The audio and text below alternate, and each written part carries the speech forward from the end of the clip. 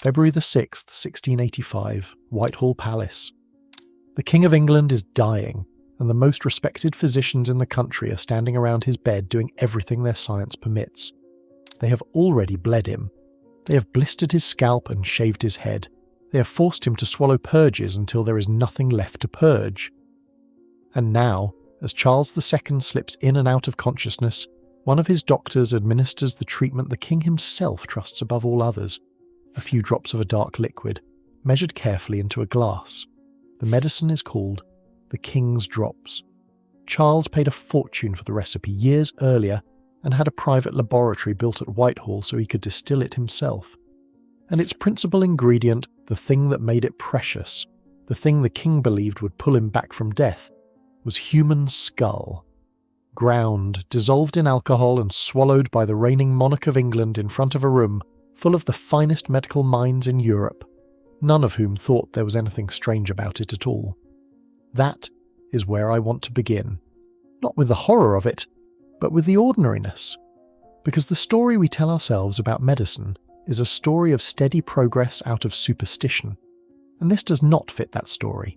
For roughly 200 years, from the Renaissance into the age of the microscope, the pharmacies of Europe sold human beings as cure, not as folk magic practiced in the dark by peasants, as frontline medicine prescribed by university physicians, stocked by licensed apothecaries, endorsed by kings and printed in the official drug manuals of London and Paris. The dead were an ingredient, and almost nobody today has any idea that it happened. To understand how a king came to drink powdered skull, you have to understand the world that produced the recipe, and that world begins with a word. Mumia. Say it out loud, and you can hear the modern word buried inside it. Mummy. For centuries, European doctors prescribed a substance called mumia for bruises, for internal bleeding, for epilepsy, for almost anything, and the finest grade of it came from Egypt. The original mumia was not flesh at all. It was a black, tar-like bitumen that seeped from certain mountains in Persia, and physicians in the Islamic world had used it as a wound sealant for generations. The Persian word for it was mum, meaning wax. When European crusaders and traders encountered Egyptian embalmed bodies, black and resinous and ancient, they made a catastrophic error of translation. They assumed the blackened flesh of the mummies was saturated with the same miraculous bitumen. And so, the demand shifted, almost imperceptibly, from a mineral that oozed out of rock to the preserved corpses of ancient Egyptians. Europe began grinding up the dead of a vanished civilization and swallowing them for their health. The scale of that trade is difficult to hold in your mind. By the 16th century, mummy was a genuine international commodity, shipped from Alexandria and Cairo to the ports of Europe, weighed out and sold by apothecaries alongside cinnamon and pepper. Merchants raided tombs. The supply of genuinely ancient bodies could not keep up with the appetite. And here the story takes its first turn into something worse. A French physician named Guy de la Fontaine, doctor to the King of Navarre, travelled to Alexandria around 1564 specifically to investigate the source of the mummy his profession was prescribing. What he found in the warehouse of a mummy trader was not a store of pharaohs. It was a pile of fresh corpses, the bodies of slaves, of executed criminals, of the recently dead, whoever could be got hold of, being stuffed with cheap bitumen, dried in the sun, and passed off as ancient Egyptian remains. The trader, when pressed, could not understand the Frenchman's disgust. He simply could not see why Christians were so eager to eat the dead in the first place. De La Fontaine published his account, and it should have ended the trade. It did not. The prescriptions continued. The demand was too established, the belief too deep, the money too good. That is the pattern you have to notice at the very start, because it repeats through this entire history. The evidence that the medicine was fraudulent or useless or grotesque kept arriving, and it kept changing nothing. The stated reason for the trade was healing. The real engine was a settled market that no single piece of contrary evidence was strong enough to stop. Mummy was only the beginning. Corpse medicine in Europe rested on 4 main pillars, and once you know to look for them, you find them everywhere in the medical writing of the period. Mummy was the flesh. Then there was the skull, the blood, and the fat. Each had its own logic, its own preferred source, its own specialists, and each reveals something about how the people of this era actually thought about the human body, which was nothing like how we think about it now. The intellectual architecture behind all of it was largely the work of one man, a wandering, argumentative Swiss physician who called himself Paracelsus. He was born Theophrastus von Hohenheim in 1493, and he detested the medicine of his day, the inherited authority of the ancient Greeks, the endless bleeding. In its place, he proposed a new idea that would echo for 2 centuries. He taught that the human body contained a vital force, a kind of spirit or living essence, and that this essence was most concentrated, most potent, in a body that had died suddenly and violently while still young and healthy. A man cut down in his prime, executed or killed in an accident, was thought to carry his full store of life force trapped inside him, unspent. Consume that body, or the right part of it, and you took that trapped vitality into yourself. This is why, again and again in the records, you find physicians specifying that the best human remains came from the gallows and the battlefield, not from the sickbed, not from the old. The medicine wanted the young and the murdered because their strength had never been used up, which brings us to the skull and to the king's drops themselves. Human skull was one of the most sought-after remedies in early modern Europe, prescribed above all for ailments of the head, epilepsy, which they called the falling sickness, and convulsions and diseases of the brain. The logic was a kind of sympathy, like treats like, the head heals the head, and once again the source mattered enormously. The most prized skulls were those of men who had died by violence and been left unburied, exposed to the air and the moss. Robert Boyle, one of the founding figures of modern chemistry, a man whose name every schoolchild who studies gas laws still learns, recommended human skull for a range of conditions and took a particular interest in the moss that grew on skulls left in the open.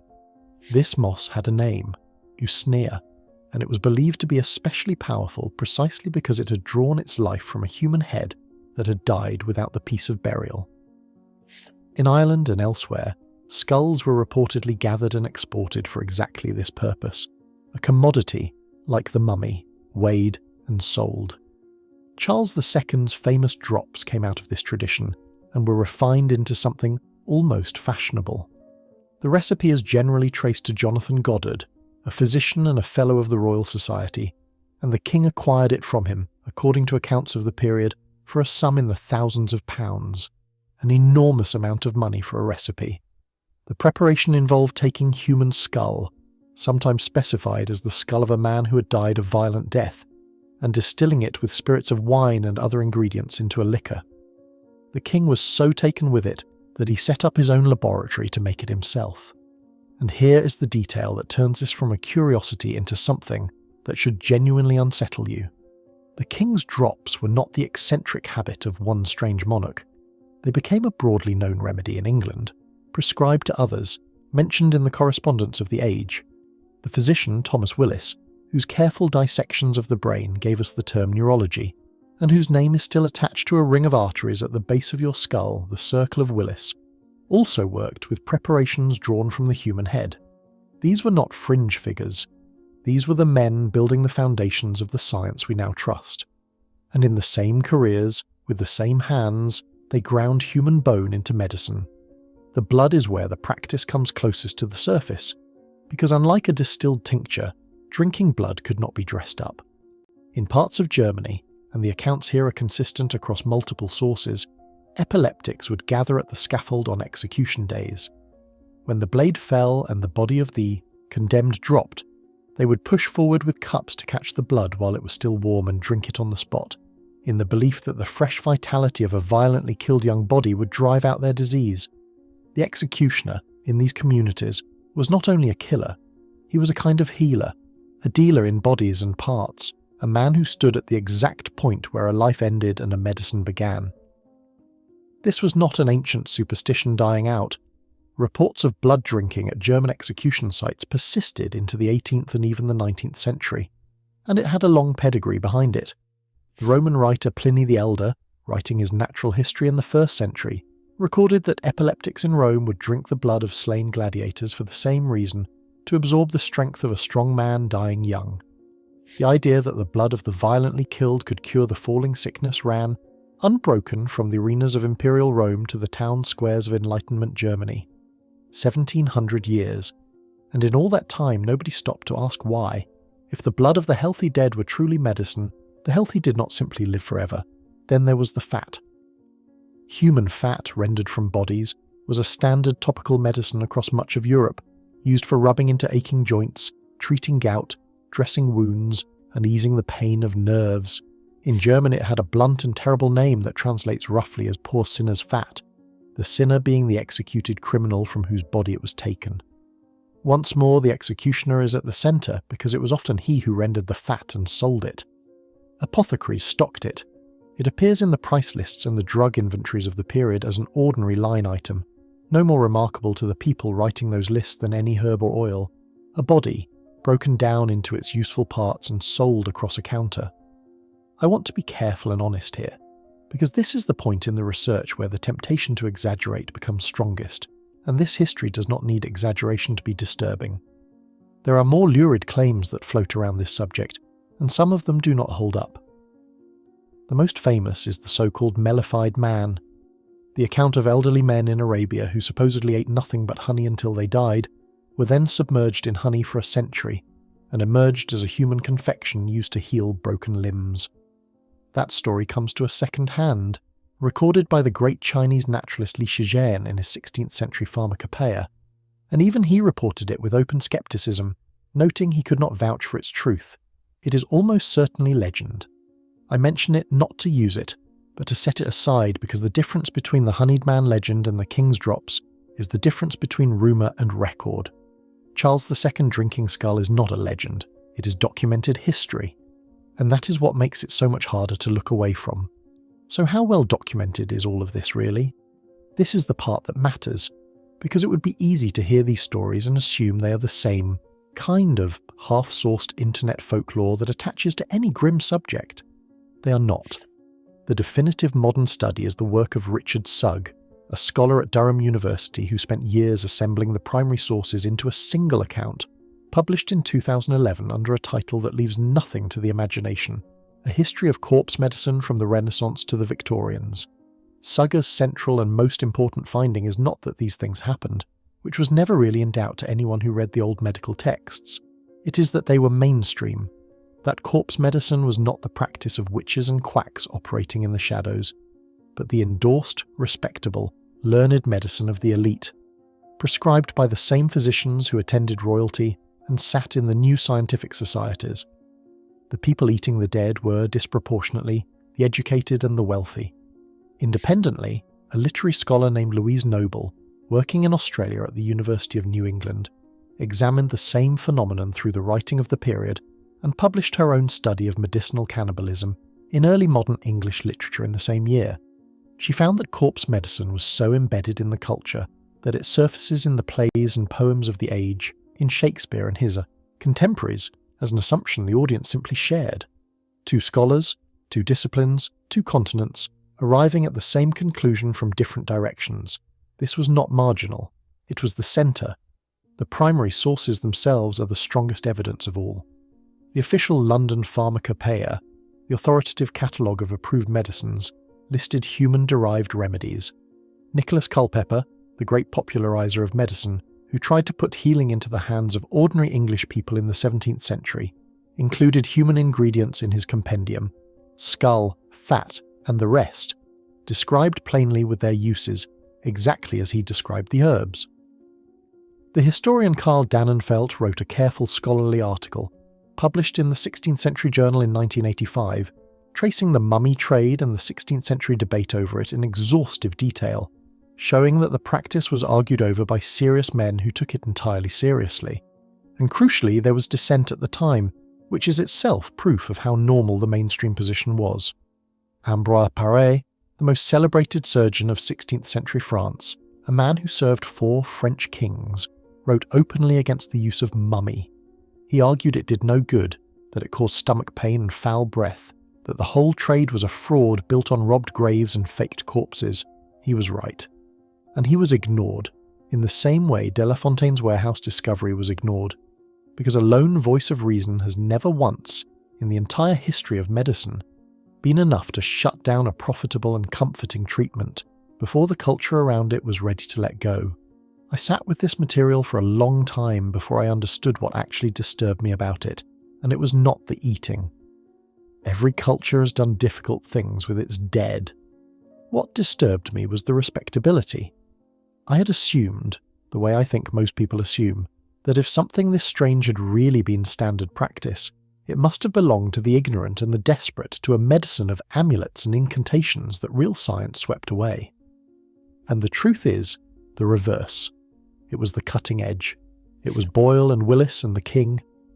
The men who drank powdered skull were the same men inventing the experimental method, founding the Royal Society, laying down the very idea of evidence that I was now using to examine them. There is no comfortable distance to stand at. The people who ate the dead were us, at our most advanced, doing our best. And here is the part that turns the whole story from a grotesque footnote into something with a sharper edge. Corpse medicine flourished in exactly the same centuries that Europeans were sailing to the Americas and recoiling in written horror at the cannibalism of the peoples they encountered there. The word cannibal itself enters European languages in this period, and it becomes one of the great justifications for conquest. These are savages. They eat human flesh. They are barely men. Their lands are forfeit. That condemnation was being written and printed and preached by a civilization whose apothecaries were, at that very moment, selling human flesh, human fat, human blood, and human bone over the counter to its finest citizens. The distinction the Europeans drew was not really about whether you consume the human body. It was about how. Theirs was raw and ritual and other. Ours was distilled, powdered, prescribed, dignified by Latin names and a doctor's authority, and therefore somehow not cannibalism at all. A tincture in a glass is civilized. The same substance taken any other way is savagery. The line was never about the act. It was about who was permitted to perform it and call it medicine. Once you see that, you cannot unsee it, and it stops being a story only about the past. Because the mechanism that let a whole civilization eat the dead while condemning cannibals is not a medieval mechanism. It is the ordinary machinery of respectability, and it still runs. A practice becomes invisible not by being hidden, but by being normal. Print it in the official manual, attach a physician's name to it, give it a price and a Latin label, and it disappears into the wallpaper of the everyday. The people living inside it cannot see it, because seeing it would require standing outside a world they have no way to step outside of. That is why De La Fontaine's warehouse and Paré's protest changed nothing. The evidence was never the problem. The frame was the problem, and a frame that everyone shares is the one thing that no single piece of evidence can break. So when did it end? This is where the history refuses to give you the clean line you want. There was no decree, no moment when medicine gathered itself and renounced the dead.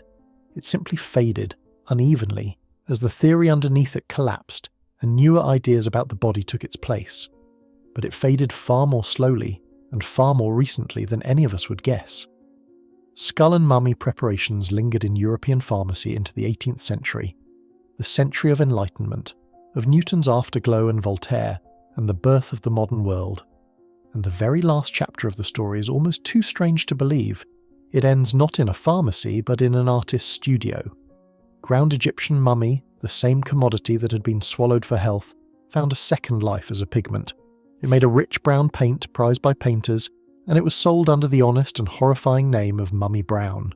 Artists across Europe used it for centuries, many with no idea that the warm brown shadow they were laying onto a canvas was the powdered flesh of a human being who died 3,000 years before. A London firm that supplied artists' colours continued grinding mummies into pigment well into the 20th century. According to a widely reported account, the company only ran out of bodies to grind in the 1960s, its managing director remarking, with a kind of casual horror, that they might have a few odd limbs lying about somewhere, but could no longer make the colour. The 1960s.